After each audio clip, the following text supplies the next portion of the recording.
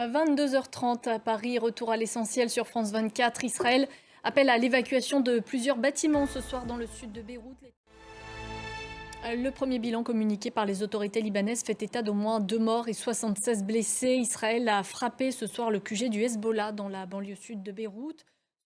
Et ce soir, l'armée israélienne appelle à l'évacuation de plusieurs quartiers du sud de Beyrouth et l'évacuation également de plusieurs bâtiments, ce qui laisse indiquer que de nouvelles frappes israéliennes pourraient être en préparation. Quelques minutes avant l'attaque sur le QG du Hezbollah, le Premier ministre Benjamin Netanyahou était, lui, à la tribune de l'ONU devant l'Assemblée générale. Il s'est engagé à continuer à frapper le mouvement chiite. On va l'écouter. Un discours ferme et sans concession de la part du Premier ministre israélien sur lequel revient pour nous Fanny Chauvin à New York pour France 24. Toujours aux États-Unis, Volodymyr Zelensky a lui rencontré aujourd'hui Donald Trump, une réunion qualifiée de très productive par le président ukrainien.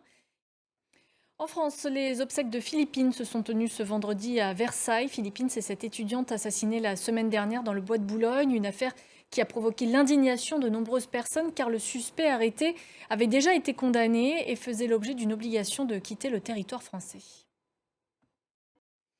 Au Japon, le parti au pouvoir, le PLD, a élu son nouveau chef. Il s'agit de Shigeru Ishiba, un nom à retenir puisqu'il deviendra le 1er octobre prochain le nouveau Premier ministre de l'État nippon. Il aura également la lourde tâche de redorer le blason de son parti entaché par un scandale financier. Rebecca Martin. On a appris ce vendredi la mort de l'actrice britannique Maggie Smith. Son nom ne vous dit peut-être rien, mais vous l'avez forcément déjà vu dans Sister Act, Harry Potter ou encore la série Downton Abbey. Fin de ce journal, tout de suite le journal de l'Afrique avec Fatima Tawane.